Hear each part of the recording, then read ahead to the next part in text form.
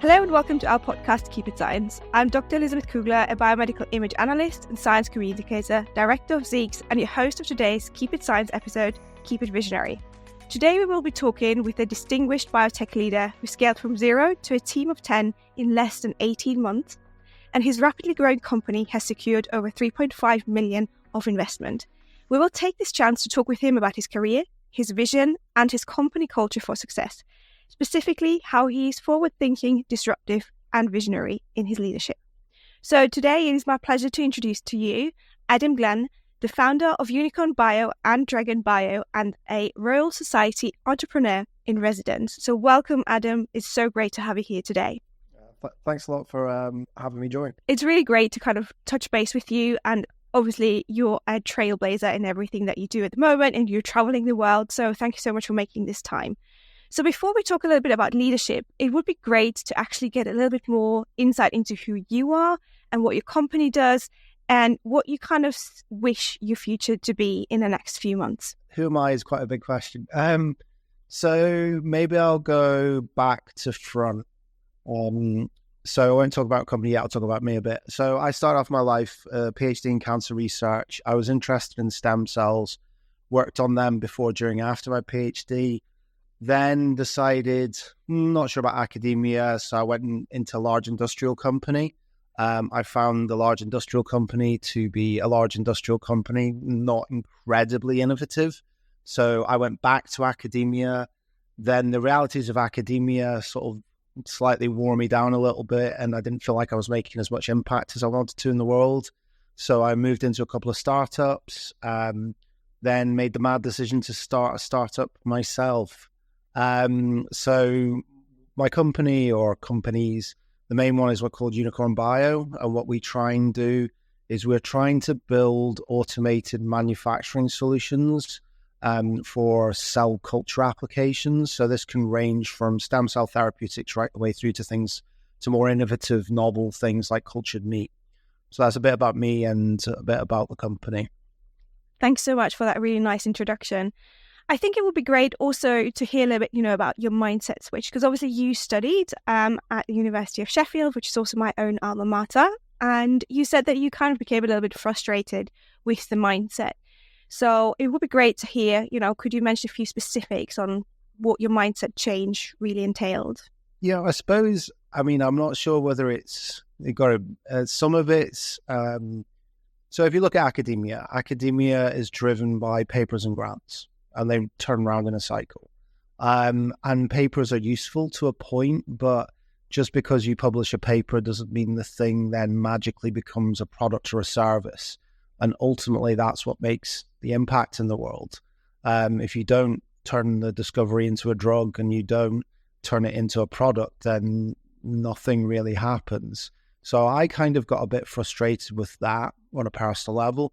And then there's, in all honesty, university politics. There's people, there's politics. It's true in industry as well. But I got quite frustrated by the false barriers that a lot of research councils put up. There's a very two-tiered system in academia. There's the people that are contractually secure, and there's people that are not contractually secure. So I decided that I would diverge from that and go into kind of biotech startups. An area which I absolutely love.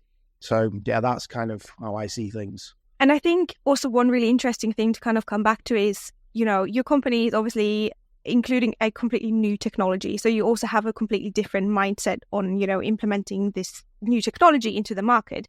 So can you maybe speculate a little bit on where you see the next few months of your career and your company going? Few months. I usually work between 2 weeks and 10 years. So a few months is actually hard to predict. So I'll go for the few years. I think a bit longer term out, and then maybe I'll work backwards. So next few years, the kind of vision is that we continue to scale the growth of the company, both people and product. We have our system ideally in multiple labs all around the world, removing or optimizing the efficiency of the workforce by producing an automated solution that allows people to scale their stem cell therapeutics or cultivated meat cell line work or whatever it is. So that's in the next few years. where I want to be in the next few months. So we're launching some partnership programs with other companies at the moment to beta test our device. So in the next few months, hopefully we'll get some really useful and interesting data and feedback on the system that we've built. That's amazing. And I want to come back to how you kind of started to answer this question, which was you think in weeks to years. That is fascinating. Can you talk about this? Like, why do you think in weeks and years rather than months? So I suppose the usually at the forefront of my mind is, I don't know, everyone has a plan until they're punched in the face, famous Mike Tyson quote. So you can, let's say you're writing a grant and you have to write a waterfall grant that says by month 1, 2, 3, 4, 5, 6, you're going to do this. The plan usually goes out the window by about month 1 or 2 because something you tried to do just doesn't work. So I only think in the short term, in the few weeks, because that's usually the few weeks is the reliable part from a scientific perspective. And then for the few years, the vision part, the visionary part of things is a bit weird because I think some people think they're visionary and they're not, and I'm not claiming to be visionary, but the visionary part is like, where do you want to get to in the future? Because if you don't have a destination to get to in the future, you'll probably never get there. So that's why I think about these two extremes. I think about the very near-term future. What can I do today, tomorrow, next week, the week after? And then the long-term vision is, how do I get to the end of that? How do I get to the gold at the end of the rainbow, so to speak? So more like the years are like the vision, and the weeks is more like your actual plan how to reach. Yeah. I mean, we do in the company do it, planning in between those 2 points. Obviously, that's more to do with the kind of, I don't know, our high-level technical roadmap or our high-level fundraising roadmap and things like that. So we do those plans too, but I tend to live in the here and now or in the distant future. I sort of, eventually you just reach those other points. So I spend most of my time in those two spaces, if that makes sense. Yeah, absolutely. So one thing in your LinkedIn description is you are a disruptor, which we absolutely love here at Keep It Science. And that obviously means that you have to be very adaptable. And I think that's also very important for a disruptor, right? But in your eyes, do you think that this being a disruptor and being adaptable, that this is one of the most important kind of core traits that allowed you to be this biotech visionary leader? I wouldn't call myself a biotech visionary leader, but yeah, I would say, I mean, I suppose, I don't know, I like disruptor, troublemaker, general. Most founders, I can't remember where I heard this quote, so I'm quoting somebody else, so apologies, I can't attribute them. But to be a successful founder, you have to be contrarian and you also have to be right. Obviously, you don't know whether you're right because ultimately the market and other things decides whether you're right or not. But you generally have to look at what the status quo is. And you don't disregard it just for the sake of disregarding the status quo, because that's kind of pointless. But you see things slightly differently. Most founders are usually a little bit confused as to why nobody's worked on certain things, or why no one's taken this approach before. So science tends to, on the whole, work to the status quo until there's a paradigm shift and somebody disrupts it. So I'd like to think of myself as a disruptor. I guess only time will tell. But yeah, I think it is pretty important. You usually have to have enough conviction to do something and then the will to do it. And like you mentioned, adaptability and things like that's also part of it. Most of us are, going back to the everybody has a plan until they're punched in the face. You usually, there's things that come out of left field that you would have never expected. But the key thing is just to do something and to take action and to start. And then hopefully you can figure out the way through. There are many, many great points in there, but I think you said one word which can really very easily slip by, which is actually contrarian. So for those of you who don't know, there's a very famous book, I think it's called The Contrarians, and it's very much about, a different and offbeat approach to leadership. Is that something that you think you follow, or is that more like the it comes naturally with being a disruptor and adaptability? Yeah, I must admit I haven't read that book. I suppose for me, I just don't like being told what to do. It's more of, or if somebody tells me I can't do something, that kind of links to contrarian as well, then usually I make it a bit of a mission to see if I can do it. And that fits then with like looking at things and sort of looking at the bigger picture and saying, what if we did this instead? Could we get to an end goal quicker? Could we? Yeah. Don't know if I'm answering the question, but it's not. I'd say, I don't know. It's a product like of my upbringing, I guess, and I've always really been like this. And this is actually where I probably didn't fit that well in academia, because academia on the whole is consensus driven and conservative and risk averse and all of those things. Whereas in startups, you have to almost encourage the opposite mindset, where you take risks, you take the calculated risks. You do bold things, you make bold moves, you try to get to the result as quickly as possible. You usually do it with the least amount of data, not the most amount of data. You're trying to get enough data to make a decision to move on. So these are all like the antisense of the good academic research that's out there.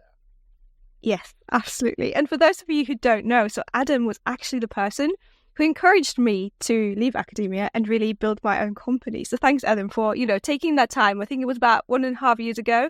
And you spoke to me and you said exactly kind of these things about bold moves and taking risks. And, if you don't try, you don't know. And I'm still here 1.5 years later. So thank you very much for that, Adam. It was so inspiring. Well, that's good to hear. But legal disclaimer, I won't say it really quickly. No responsibility tells for me on any of these opinions. No, all good. Okay. On my own free will. I think the main thing is, making bold moves. And I think that especially when you're long in academia, you're very used to this perpetual cycle of like run application, doing your experiments, writing papers, right? And I think the main point for us to have you here today is to really hear different opinions and hear, about this bravery and about thinking in a different way. Because I think for many who start building a company, it is just daunting. And, we're scared and we kind of get stuck into this old way of thinking and saying it's easy to stay in a position that we're already in, rather than taking this energy that we have and building something new. And I think it's also really important that if we think, for example, about company culture, that many, many employees are really unhappy where they are. So there's, for example, this Glassdoor survey where they say about 77% of employees consider a company's culture before applying a job, and 56% actually turn down the job because of a negative work culture. And I think obviously we spend a lot of time at work, and so we want work culture and the people we work with to be, in a healthy and good company environment. So can you maybe talk a little bit about, you as a leader, what are you doing towards company culture, and maybe describe a little bit the company culture that you have at Unicorn Bio? Sure. I suppose it's morphed over time. So to begin with, there's a quote I like to say. We've got like a Notion page with our company values, mission, vision, values, and things like that. Some of it, I don't want to make it too corporate, because, you get like some companies that have your mission, vision, and values on the wall and things like that. And I think we do too, but it's more, some of the companies, the bigger companies, they don't actually live them. They're more like PR. So we try to actually live them. So early on, there was a quote I really like to say was, everybody gets in the trenches. That was the culture. So it doesn't matter who you are in the company, you should be willing to do any of the jobs to the best of your ability. So a startup is very much all hands on deck. As we've grown, it's shifted a little bit, because as you grow, you don't want everyone to be doing everything all of the time. So you've got more specialized functions. So you should notice this with other startups as well. You need very high level generalists to begin with, and then you will hire more and more specialist people. So yeah, that's how it's kind of gone in Unicorn. in terms of like, I suppose you'd have to ask the people that work in the company. The way we see it is, so at the moment we're a team of 11. So at the moment there's not really much management structure in place. There's me and my co-founder Jack who run it. We've then got our head of ops Nick, and then the rest of the company is divided into scientists or engineers, and it's all very much a flat structure. And I think we do it in a kind of collaborative, fair and collegiate way, where we're all trying to pull in the same direction. So we're very much a team. That's something that's very different from academia, for example, that you're kind of more of a lone wolf for a lot of the time trying to pursue your own career. Whereas in industry, or at least in startups, you have to all be rowing in the same direction. So that's kind of the culture. I'm also... overall, I'm kind of a self-startery type person, so we tend to recruit people that are also self-starters, but then give guidance into like what we want people to focus on. But it's a discussion. It's not a dictatorship, so to speak. There are some things in the company that are kind of just in all companies that are kind of not debatable, and we just have to do those things because they're part of the vision and the mission. But everything else is kind of very fluid, if that makes sense. Yeah, absolutely. And I think the important thing is also, like you say, it's not, a dictatorship, but it's communication within the team, right? So do you actually regularly have team meetings that discuss the vision and company culture, or do you communicate it, for example, on a higher leadership level and then communicate it to the team? Or how do you communicate, especially, changing culture as you grow and as the company changes, as it grows as a startup? That's actually a really good question. So I used to be really cynical of this, I'll be honest, because I was like, it's just PR. But it's actually really quite important, as I've discovered. So I think I mentioned, we've got, so for everyone that joins us, we've got Notion pages that we update. The mission, vision, values, the mission doesn't change too much, but the mission and the vision don't change too much, but some of the values shift a little bit based on the stage of the company. So we have that. So everyone who's onboarded onto us, that's part of their training. We do sort of weekly team presentations where somebody presents, and then me and Jack, my co-founder, will kind of every month do one where we update on things. And as part of that, it's other things as well, like how our fundraising plans are going, how are our grant targets going, things like that. But we also will talk about, sort of vision and values as they shift as well. I think early on in the startup, everything's in high degree of flux, so that changes really rapidly. Whereas as you grow, it's kind of stabilized a bit more. And then our plan is we're going out to raise Series A next year. So we'll probably tick up again in personnel number after that point. So it'll probably change again. And you mentioned that like in your mission, vision and value, that value is the one that changes the most with people joining you, right? And you also said like that you kind of try and hire people into the team that have this kind of startup and, entrepreneurial characteristics. But can you maybe talk a little bit about, how do you make a coherent team, but also a very diverse team so that people bring in, different values and how this changes the company values?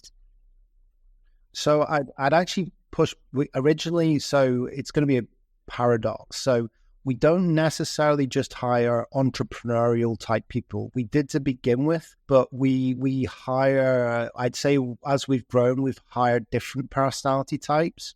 Where some people want a more defined roles and responsibilities. And that's been great for us now because they're great executors. So they'll go away and they will do their thing.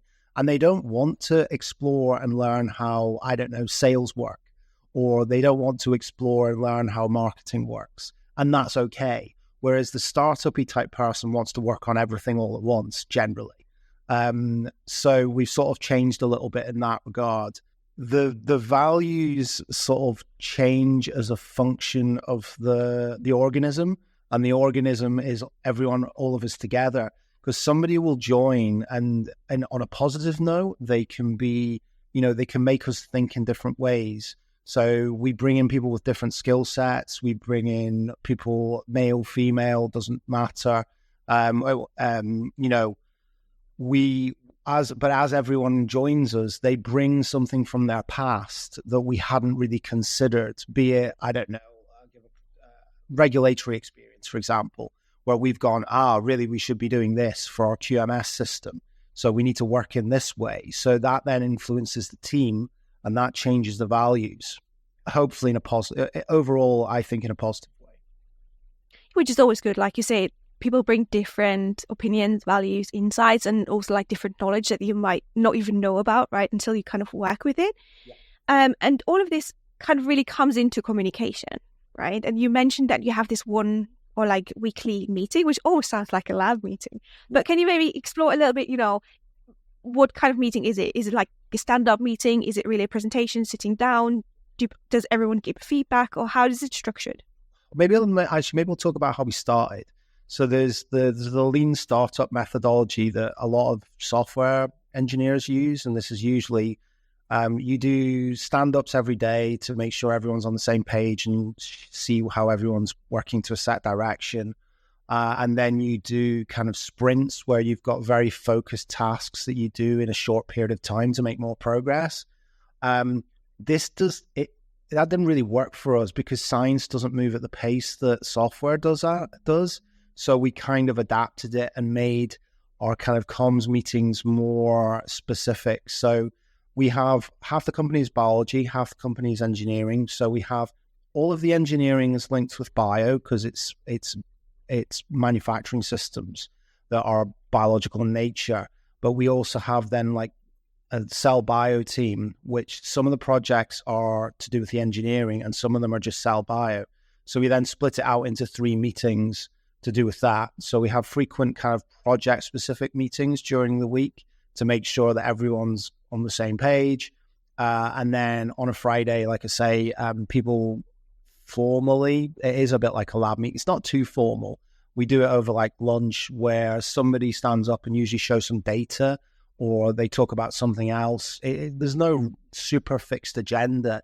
It's just to give everyone the opportunity to both present, and then the team, it isn't formal feedback. They just ask questions, much like a lab meeting. And then me and Jack use it as the opportunity to sort of share, customer traction and more the sales side of things. We're actually like recruiting for more sales or BDev people now because we are kind of our limit of capacity.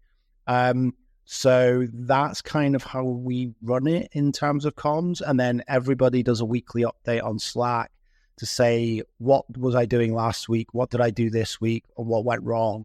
And everyone sees that, and including us, to kind of celebrate successes and maybe look for areas of improvement.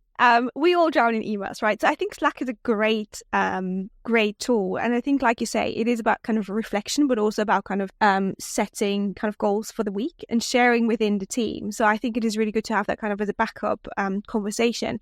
But it sounds that also in your company, everything is about, communicating, sharing and asking questions rather than, giving directions. So do you think, the more your team grows and the more, diverse roles are and the more diverse different teams are, do you think this is like the conversations and communication are getting more kind of smooth, or is it getting, a little bit more challenging as you have different personality types? So I suppose I'll speak from a personal level.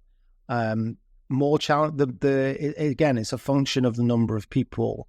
The more people you have, the more things you need to manage.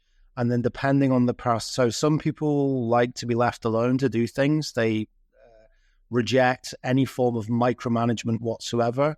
And some people prefer to be actively, these are the things that me, the company, whatever needs you to do. Please do them in this rough amount of time and then report back.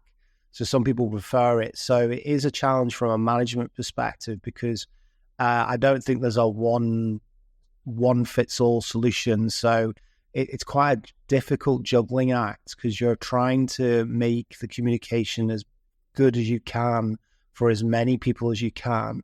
And we're at the stage where we don't really, I don't do fancy titles. I think some startups go a bit silly with this. They give people important sounding titles, and then they try to live up to the title, which is just a bit mad. But we, what was my point going to be about that? We don't give fancy titles because we're not big enough for that stage. That comes later, and then you build more structure in where you have, say, more from a management and communication style. You'll have team leads and things like that who I will meet with, and maybe not meet with as many people like on the ground, so to speak. That sounds a bit weird. But you have more of a it's more granular. Yeah, you have more of a management structure. As you go towards a larger and larger company, you need these frameworks and hierarchies in place. It's just a time reason more than anything, because otherwise you'd spend all of your time doing kind of verbal communication and things like that. So you then have managers and stuff like that. We're not at that stage yet. The next stage will be things like that, because it's just a natural evolution of a company. Absolutely. And I think it's also like really important what you mentioned about like you need to kind of keep an open mind and kind of open ears to listening what people need and how they can communicate better, also like within the teams, and then obviously like within different groups or different teams within the company, right? Hi, fancy folks. Welcome to Lux Sci, where we make science fun, approachable, and most of all, fancy. I'm Dr. Lex, former microbiologist, current global health consultant, and enthusiast of all the finer things in life. I'm often joined here by my husband, electrical engineer, inventor, and our audio engineer, Dr. Demos. In this podcast, we take listeners on a journey into the microscopic worlds of luxury items and unravel the fascinating intersection of science and opulence. From how bubbles form in champagne, to the molecular forces that harden clay in a kiln, to the amount of thrust needed to send a rocket to space. No luxurious topic is safe from our insatiable curiosity. We're on a mission to demystify science and show how it drives the world around us. No PhD or lab coat required. So if you've ever wondered how science and luxury seamlessly intertwine, join us as we uncover untold stories, hidden marvels, and the inner workings of scientific discovery and sophistication. Along the way, we'll also chat with amazing scientists and artisans. So subscribe now and let the exploration begin. I think now we've been talking a lot of, positive things and a little bit into challenges, but I think it's also really interesting to hear from you, what are some challenges that you have faced, or if you could do one thing differently, is there something you would say, this is the thing I would like to change? I know it's a very loaded question, but, from a startup perspective. All the things? No. Yeah. Not an option. For me personally, don't try and do all the jobs yourself. So it's kind of a paradox. I'll speak for all company founders. No, I don't. We tend to be people that like diversity, and we like to do we believe we can do all the things. So we often attempt to do all the things. On one hand, I think it's good because there's another quote we say internally, or I like to say, is I need to feel the pain. So prime example is accountancy. I got rather frustrated with my co-founder because I felt like he was taking a long time to do something. And then he showed me how the thing was done, and it was hard work, and it was a hard thing to do. And I needed to feel the pain. I hadn't felt the pain of the role. So me and Jack often say we need to feel the pain. So we were at one point we're head of HR, at one point we're head of legal, at one point we're head of accounting, at one point we're head of sales, at one point we're head of business development, at one point we're head of technical. So you do all the jobs. But the counter side to that is, I think one thing we've really realized is we then, after we've kind of done all the jobs to get stuff off the ground, we hire much more competent people than ourselves to continue the job. So I think one of my major things is I think should have hired a couple of, especially on the operational side, we should have hired some operational expertise sooner than we did. Because we were spreading ourselves very, very thin. I think that's something each and every entrepreneur, startup, whatever director can very much feel, especially the accountancy thing. Oh my God. But yeah, I think it was also this very famous quote from, like, I think it was Winston Churchill, who said, you need to have skin in the game. If you don't have skin in the game and you have never been in the trenches, you can't make military decisions. And I think it's the same or very similar to what you say about if you haven't been head of accounting or HR and have done it, you don't know what it entails, but also what the pain points are, right? And so, yeah, I understand it's good to get an insight, but yeah, it's also, like you say, good to kind of then get people who know what they're doing, and you do your own thing that you're strongest at, right? The other thing that I think it does is it helps you know who you need, because then when you're interviewing and hiring people, you're like, it's almost like you know the truth, the truisms. There's always a truism about a lot of roles that you only know until once you've done it. And I think then when you speak to people, or at least me, I always look for the people that speak the truth, or what I see as the truth. There's a potential for warping, but because I've done a lot of the different functions in some capacity, I'm not saying I did it well. When they come to me and says, oh yeah, I don't know, let's call it we'll talk lead generation. Oh yeah, we've got a pipeline of leads and we've got a conversion rate of 5%, and yeah, that's frustrating, and we need to rejig our kind of marketing campaign. Once you've done the functions, you can talk the language. I obviously just sort of made up what I was saying. And then once you felt that pain, you can figure out who's kind of, I don't know, actually got competency, because there's a lot of people that I think have fancy titles, and that doesn't necessarily mean that they're particularly competent. And usually once you've done the role, you know what to look for, if that makes sense. Absolutely. And I think especially, things like lead generation, conversion rates, bounce, all these good words. I had no idea about any of that when I started. But like you say, once you've done it, oh, this is, lead generation. Now I know what I'm talking about, right? And I think it's very good if you feel the pain. So I absolutely relate to that. But I also have to say, I think I regret, for example, that I didn't get more kind of mentoring / outside guidance in, kind of having these conversations that we have right now, looking behind the scenes and looking behind the, what makes a good leader, what makes people want to follow you as a person. So I think that's really great that you're sharing this.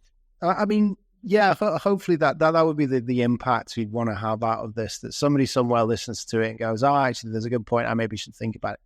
On the counterpoint to that is, again, it's just a case of, for example, you weren't born knowing how to do scientific research. You learned how to do it. But I find it so surprising. There's this genuine fear about the unknown. I'm like, well, you did a PhD. Well, let's assume you did a PhD and you were able to do that. And when you started doing your PhD, I'm sure you were absolutely at 6 and 7s. But now you know what you're doing. And I find it strange that, I think people think business is incredibly complicated, and there are elements that are more complicated than I probably still even give it credit for. But you managed to learn before. It's just a process of learning. And for me, at least, yes, you can listen to what people say, and you'll get some insight from that. But for me, again, the most important thing is just to do it and attempt it. And then you go, oh, right. And then that reinforces the learnings that you have from, I don't know, listening to podcasts or looking on Twitter, reading blogs, or whatever it is, the learning mode you're in. You figure it out. I don't know, but you have to, the key is to do something, not just talk about it. Ironically, on a podcast. Yeah. I mean, everyone learns differently, but that kind of probably answers also my question. I'm, for example, a person, I love to read. I bought myself, marketing book, but you say you're more like a natural learner. So did you, for example, attend some courses, or did you have a mentor, or what was kind of, what are the things that you think were the most useful to kind of guiding you on this journey, if I can say it like that, which sounds really weird. No. That's interesting. I hope I don't say anything too controversial here. I'll just say it anyway. Go for it. So, okay, I went years ago. I went to a bioaccelerator event at Alderley Park, and it was let's look at the upside. The upside was there was some interesting people in the room. And I think going to certain events is you're going to see who's there, because business is both about products and services, but it's also about people, and people buy from people, and you need to go and meet them usually. So these events are really useful for that, for the cliched word of networking. The downside of them for me is they're like school. I was the kind of kid that would constantly question the teacher and whether they were actually correct. I find, for me personally, the school style of learning, the lecturing, I don't really respond to it that well. But give me a task and make me try to figure out a solution to a problem, and I'm like, yes. So I sort of excelled more on the kind of more in university, the more kind of project focused things, whereas the exams where you have to regurgitate signaling pathways. I mean, what the hell? I don't use, I'll look it up now. So I think that's how I see things in terms of like, yeah, you learn. For me, most of the learning comes from doing, and a little bit comes from sort of prescribed learning-y type courses. But the reason to go to sort of events is actually for who you meet, because yeah, that's the most useful element of it, or I found. So that's how that was one of the first courses I went on. Years ago, I sort of was interested, and I did a couple of undergrad events where it was kind of like these mock pitching competitions where you had a team, you get together a team, and then you would come up with a solution to a certain problem, and then you'd try and pitch a solution. And it was all, we didn't build anything at that point. It was all very more just training you in how to kind of deliver a pitch, if you like. So I did do a couple of those, and I think the first year of university. But then outside of that, I've always done what I'd call slightly entrepreneurial things. I don't know, I counted up how many jobs I've had in my life, and I've had about 40. But these are like temporary jobs and things like that. So I've always been curious to try out different things. So yeah, that's partly, I don't know where it comes from, but it's slightly innate in me. So yeah, if that makes sense.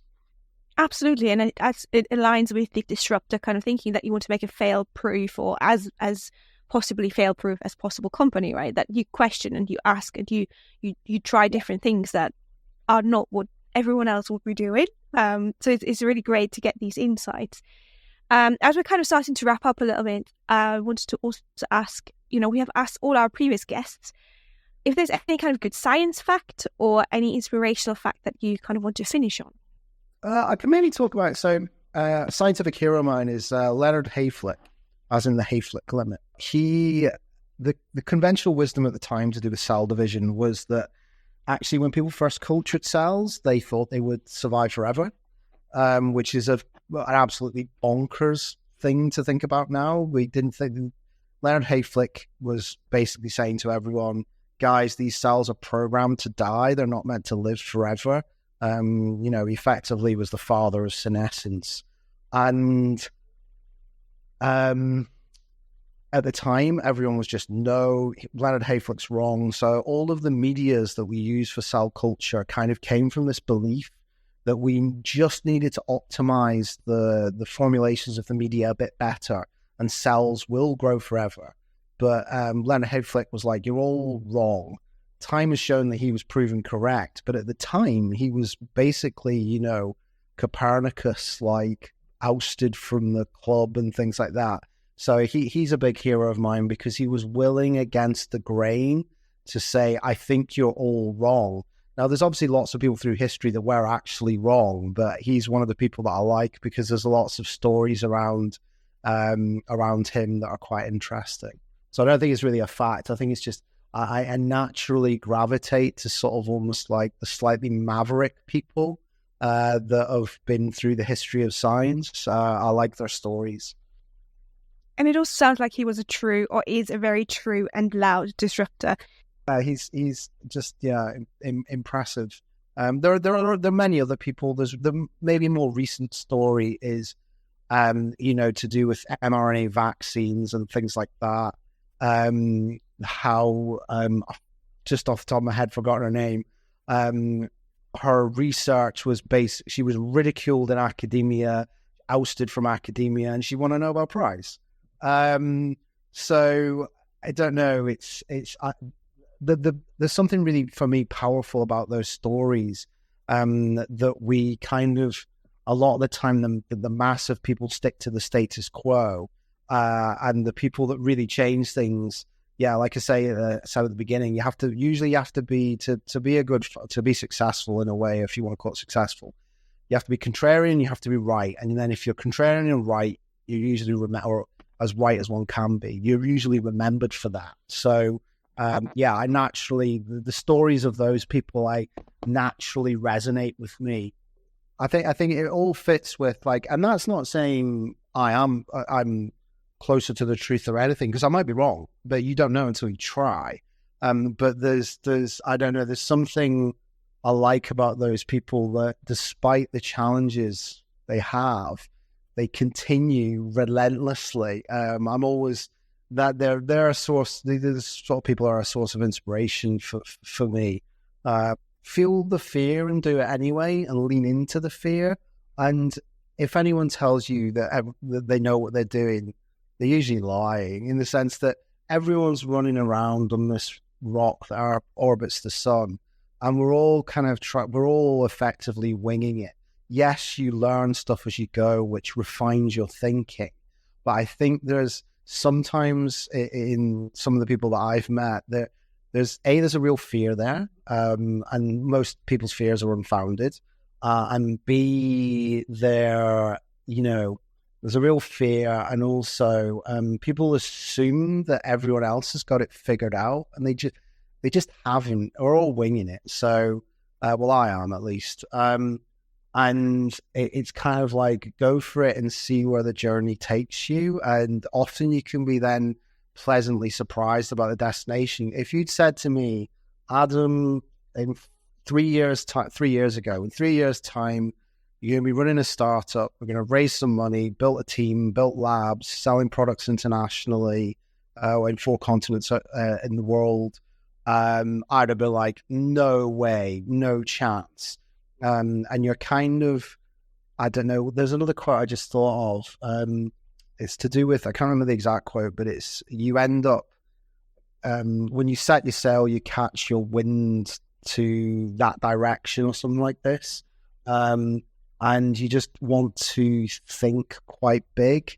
I think one thing we don't do that well, especially in the UK, is we don't, in contrast to the Americans, we don't think as big as they do, and the bigger you think, the more achievable it weirdly becomes. And the one final thing I'll say is, weirdly, so zig when others zag. It's a very startup-y term. Is like, why are people not working on what they're working on, and have you spotted an opportunity that they haven't? Is another kind of key tenet of, like, startup-y type founders. They usually don't necessarily follow what everybody else is doing. Find a way to make the thing that you want to happen. I think it's also really interesting that you bring up this international difference. But there was this interview by Arnold Schwarzenegger, I think it was just last week, on the Chris Evans show, who actually said you need to have this really big vision and no plan B, because only then you kind of aim to achieve it. And I think that very much resonates with what you just said about your aim needs to be so much bigger to actually bring it into life or action. So that was really great. And thank you so, so much, Adam. You've shared with us so many gold nuggets of wisdom, from feeling the pain to mission, vision, and value. But also, so many insights about communication, about leadership, about, growing a company, and also really personal insights. So thank you so, so much for your time for all of this. And yes, that's all that we've got time for today. So thank you so much, Adam, for joining us. For all your listeners, as always, thank you so much for listening to our episodes of Keep It Science. If you do have any fun stories and want to get involved in the podcast, you can always reach out to myself or my regular co-host, Dr. Nick Gaunt, on Keep It Science social pages, or email at keepitscience@gmail.com. That's keepitscience@gmail.com. Next time, we'll be talking with an inspirational leader from a global giant in technology. Until next time, keep exploring, keep it science, and keep it visionary.